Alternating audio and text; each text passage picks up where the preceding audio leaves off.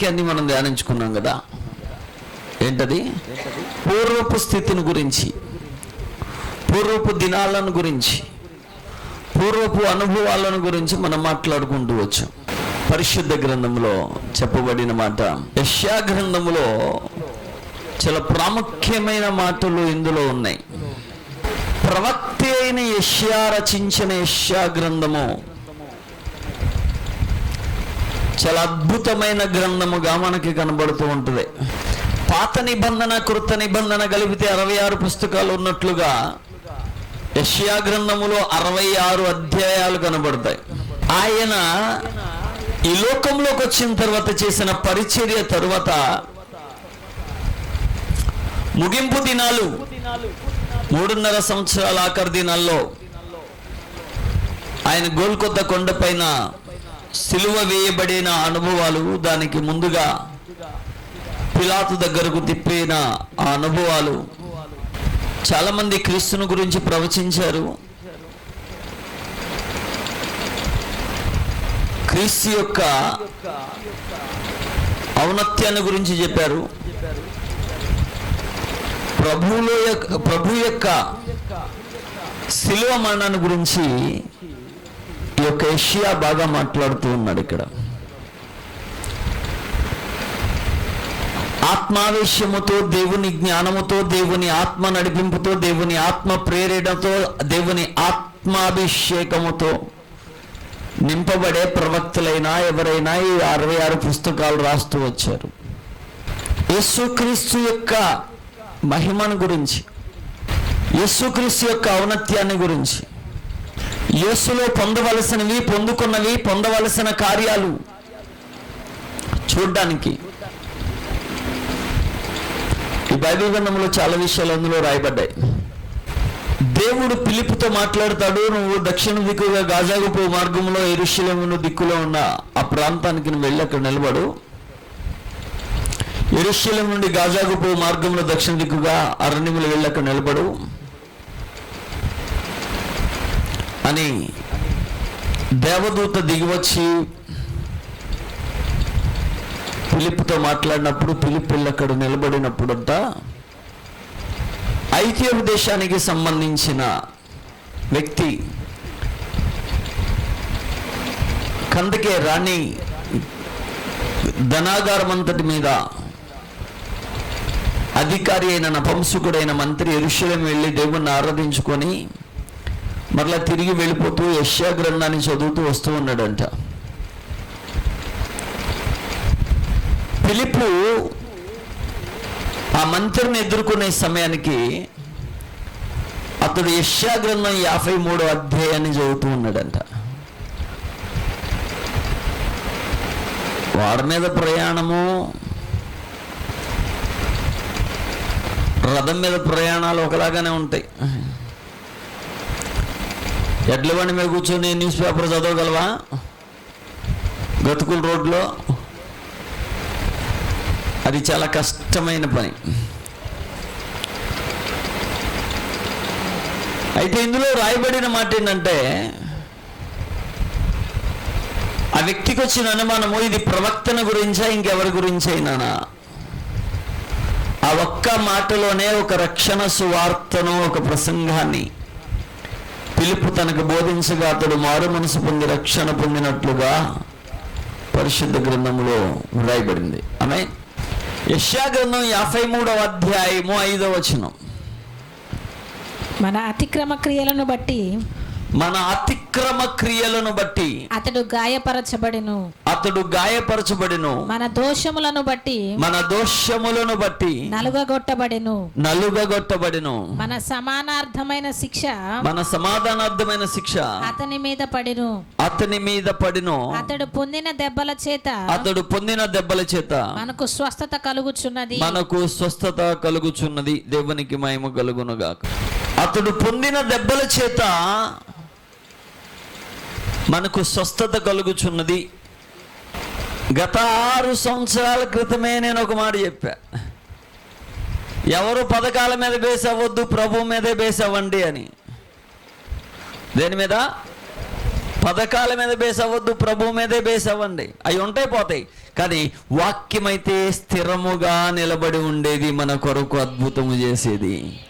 ఆమేన్. ఆయన పొందిన దెబ్బల చేత స్వస్థత కలుగుతుంది. ఎలా కలుగుతుందండి స్వస్థత? నాకు విడుదల లేదు, నాకు మేలు లేదు, నాకు విడుదల లేదు, నాకు రక్షణ లేదు. ఇప్పుడు స్వస్థత రెండు రకాలుగా కావాలి.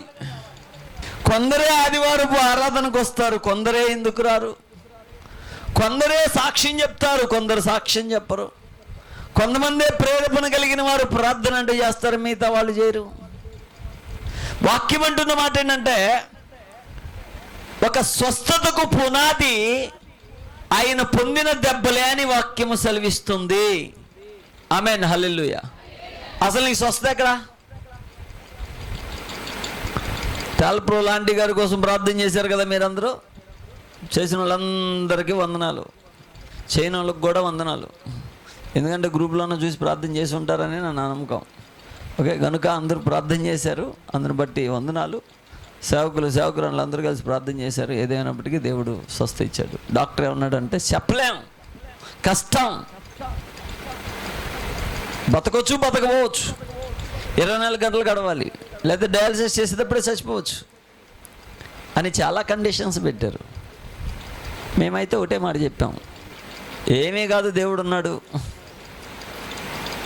ఏంటిది? ఏమీ కాదు దేవుడు ఉన్నాడు, ఆయన కార్యాన్ని చేస్తాడు. ఆ కార్యాన్ని ఆయన చేసి పెట్టాడు. ఆమేన్, హల్లెలూయా. మరైతే డాక్టర్తో పని లేదండి, యేసుప్రభు స్వస్థపరిచాడా? మరి డాక్టర్ ఎందుకండి, వైద్యం ఎందుకు? మొగలు ప్రార్థన చేస్తే అద్భుతం జరిగిపోయేదిగా అనే ఆలోచనలు కొంతమందికి వస్తాయి. ఒక్క విషయం గుర్తు చేస్తా, ఎన్ని లక్షలు ఖర్చు పెట్టినా, ఎన్ని కోట్లు ఖర్చు పెట్టినా,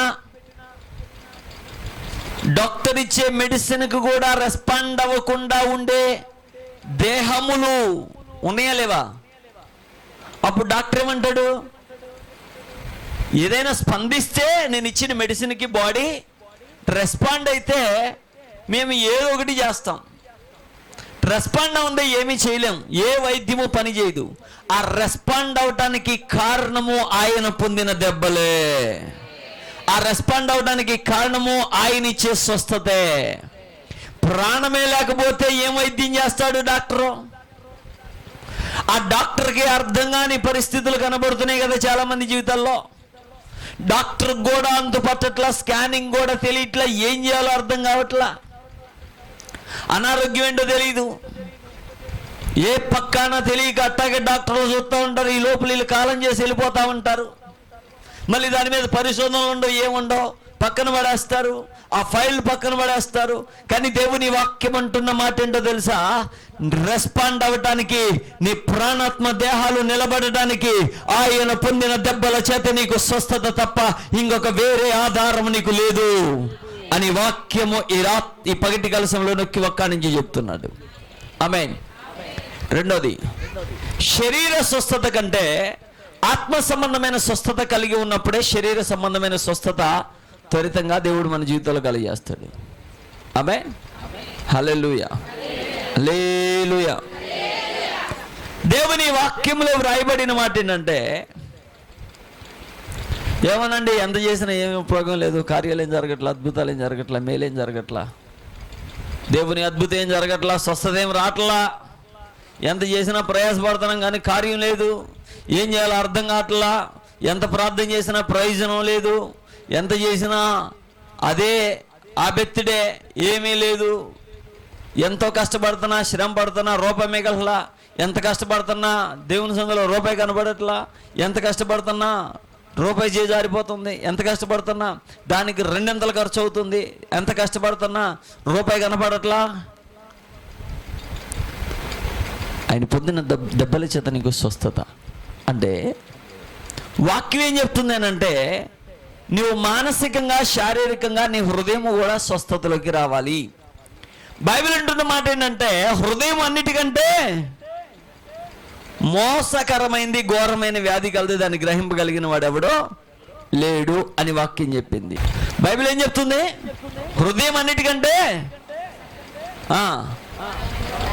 ఘోరమైన వ్యాధి అంట. కుదరని రోగము ఆవరించిన స్వస్థత అయితివి నాకు విడుదలైతివి అంటాడు భక్తుడు. ఇప్పుడు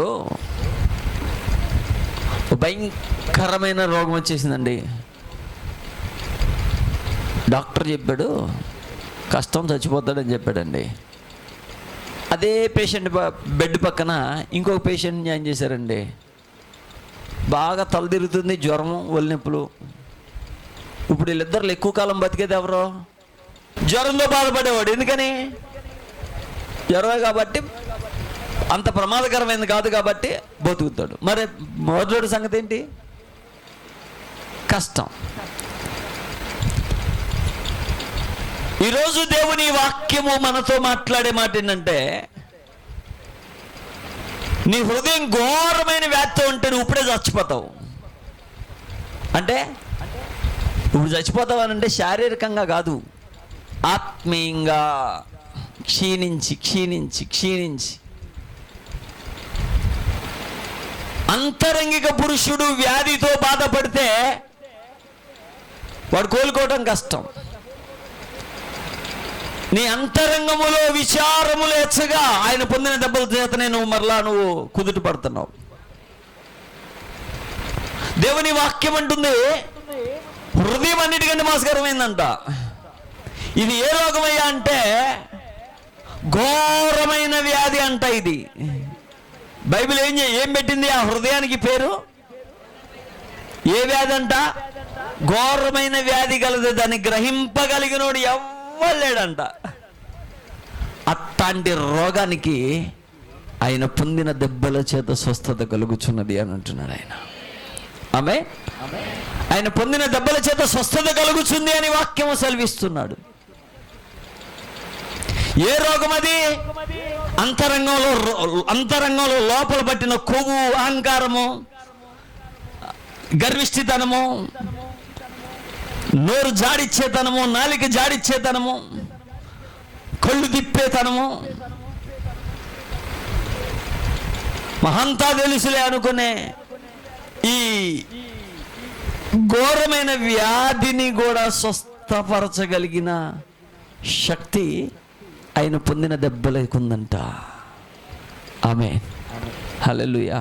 ఆయన పొందిన దెబ్బల చేత స్వస్థత, మనకు స్వస్థత కలుగుతుంది అని చెప్పండి. ఇప్పుడు చెప్పండి, నీ హృదయానికి పట్టిన వ్యాధిని స్వస్థపరచుటకు, అందరు చెప్పట్లేదండి, అది ఉంది లోపల, స్వస్థపరచుటకు ఆయన పొందిన దెబ్బలే మనకు స్వస్థత. ఆమేన్. హృదయపూర్వకంగా చెప్తున్నావా అని అడుగు. దేవునికి స్తోత్రం కలుగునుగాక.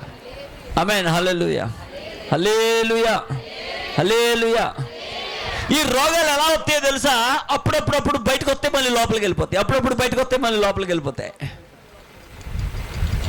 ఈ వరి పొలాలు ఉడిచినప్పుడు పీత కన్నం నుండి పీతలు బయటకు వస్తాయి, కొంచెం అలికడం కాలనే లోనకి జారుకుంటాయి. ఏంటంటే కనబడినప్పుడు మనుషులు ఎవరైనా తిట్టిన వాళ్ళు కనబడినప్పుడు, వాళ్ళు నచ్చని వాళ్ళు కనబడినప్పుడు, వాళ్ళు ఇష్టం లేని వాళ్ళు కనబడినప్పుడు, వాళ్ళంటే చిరాకు పడే వాళ్ళు కనబడినప్పుడు, అప్పుడు వీళ్ళకి లోపల ఏమవుతుందో తెలుసా? ఆ యొక్క వ్యాధి అలా బయటకు వచ్చి విషం కక్కేసి మళ్ళీ లోపలికి వెళ్ళిపోద్ది. అట్లాంటి రోగాన్ని స్వస్థపరచుటకు ఆయన 2000 సంవత్సరాల క్రితమే నాగల చలవలే దున్నబడిన ఆయన దేహం అంట, నాగల చలవలే దున్నబడిన ఆ దేహము పొందిన దెబ్బల చేత మనకు దేవుడు స్వస్థత కలగజేస్తున్నాడంట. ఆమేన్, హల్లెలూయా. పాపం అనే వ్యాధిని నిర్మూలన చేయుటకు ఆయన నాటి దినాన్ని ఏం చేశాడు తెలుసా?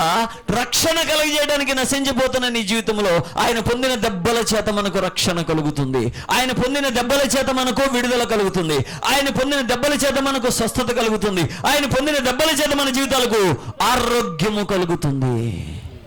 ఆమేన్, హల్లెలూయా, హల్లెలూయా, హల్లెలూయా, హల్లెలూయా, హల్లెలూయా. అప్పుడప్పుడు బయటకు వచ్చే వ్యాధులు పోవునుగాక. చాలా ఉన్నాయి. అయితే అప్పుడప్పుడు బయటకు వచ్చి వెళ్ళిపోతూ ఉంటాయి ఆ మనుషులను చూసినప్పుడు. విషం కక్కే నోర్లు, అబద్ధాలాడే నోర్లు, సాయిలు చెప్పే నోర్లు, దుర్భాషలాడే నోర్లు, వ్యంగ్యంగా ఎగతాళి చేసే మాట్లాడే నోర్లు, ఇలాంటి వాటికి కూడా ఆయన పొందిన దెబ్బల చేతనే స్వస్థత, మారు మనసు పొందితే. ఆ మారు మనసు పొందకపోతే స్వస్థత రాదు. ఆ మారు మనసు పొందకపోతే స్వస్థత రాదు. ఆయన పొందిన దెబ్బల చేత మనకు స్వస్థత. ఆమేన్ చెప్పండి. హల్లెలూయా, హల్లెలూయా. ముని కొనలకు ఎదురుతన్నుట సాధ్యము సౌలా అన్నాడు దేవుడు. దేనికంట? నీ కొవ్వు, నీ అహంకారం, నీ కోపము, నీ ధిక్కారం, నీ జ్ఞానం అన్నీ పక్కన పెట్టు. నాతో వాదించలేవు, నా ఎదుట తిరుగుబాటు చేయలేవు, నా మీద తిరుగుబాటు చేయటానికి నీకు అధికారం లేదు అని చెప్పేశాడు ఆయన. ఎప్పుడో 2000 సంవత్సరాల క్రితమే. అందుకే ఒక్కసారి దర్శించి మాట్లాడిన వెంటనే సౌలు పౌలుగా మారిపోయాడు. ఆమేన్, హల్లెలూయా. ఆయన పొందిన దెబ్బల చేత సౌలుకు స్వస్థత వచ్చి పౌలుగా మారాడు. ఆమేన్. 2 కళ్ళు పోయినాయి అంట. 3 రోజులు గట్టిగా ఉపవాసం ఉన్నాడు. ఏం మాట్లాడాల, అంతే కూర్చున్నాడు అక్కడ.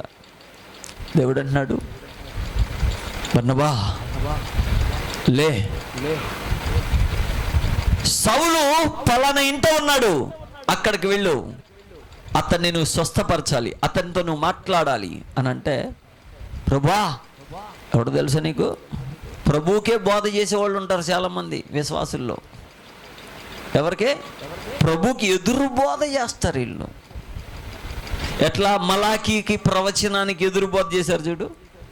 మీరు దొంగలు అని అన్నాడు ఆయన. ఏ విషయంలో దొంగిలించాం, ఎక్కడ దొంగిలించడం చేసాం, మేము ఎక్కడ దొంగతనం చేసాం అని అన్నారే.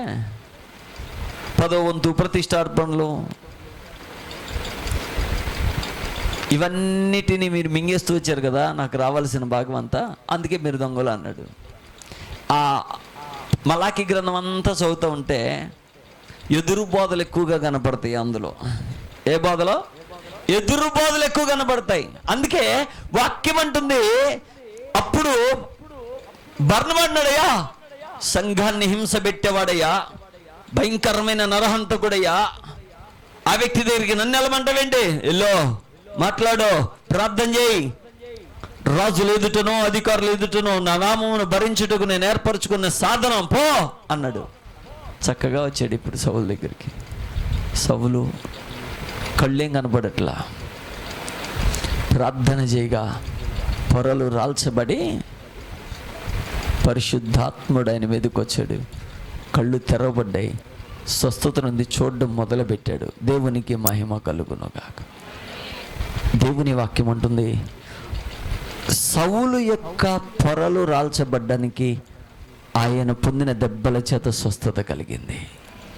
ఆమేన్, హల్లెలూయా, హల్లెలూయా, హల్లెలూయా. చెవులు కొరుక్కుంటూ ఉంటారు.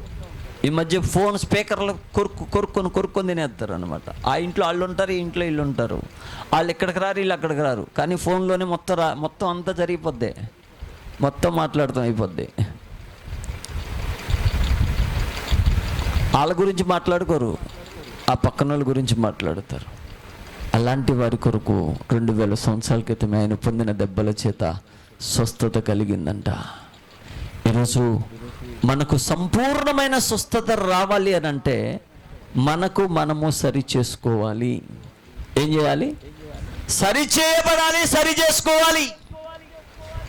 ఈ రెండు లేకపోతే దేవుని యొద్ద నుండి మనకు సంపూర్ణమైన స్వస్థత రాదు. దేవుని వాక్యము మనల్ని బాగు చేయడానికి అన్నిటికీ సరిపడదగింది. నీ హృదయానికి కురవు చేసిన, నీ హృదయాన్ని బాగు చేసేది, నీ హృదయాన్ని సరిచేసేది, ఘోరమైన వ్యాధిలో నుండి తీసి స్వస్థత ఇచ్చేది నీ హృదయానికి ఆయన పొందిన దెబ్బల చేతనే. ఆమేన్, హల్లెలూయా, హల్లెలూయా, హల్లెలూయా. శారీరకమైన స్వస్థతను కూడా ఆయనే కలగజేస్తాడు. ఆమేన్ చెప్పండి. ఒకటి ఆత్మ సంబంధమైన స్వస్థత, రెండోది శరీర సంబంధమైన స్వస్థత. ఆయన పొందిన దెబ్బల చేతనే ఈ రెండు స్వస్థతలు మనకు కలుగుచున్నవి. మనకు స్వస్థత కలుగుచున్నది. ఆమేన్.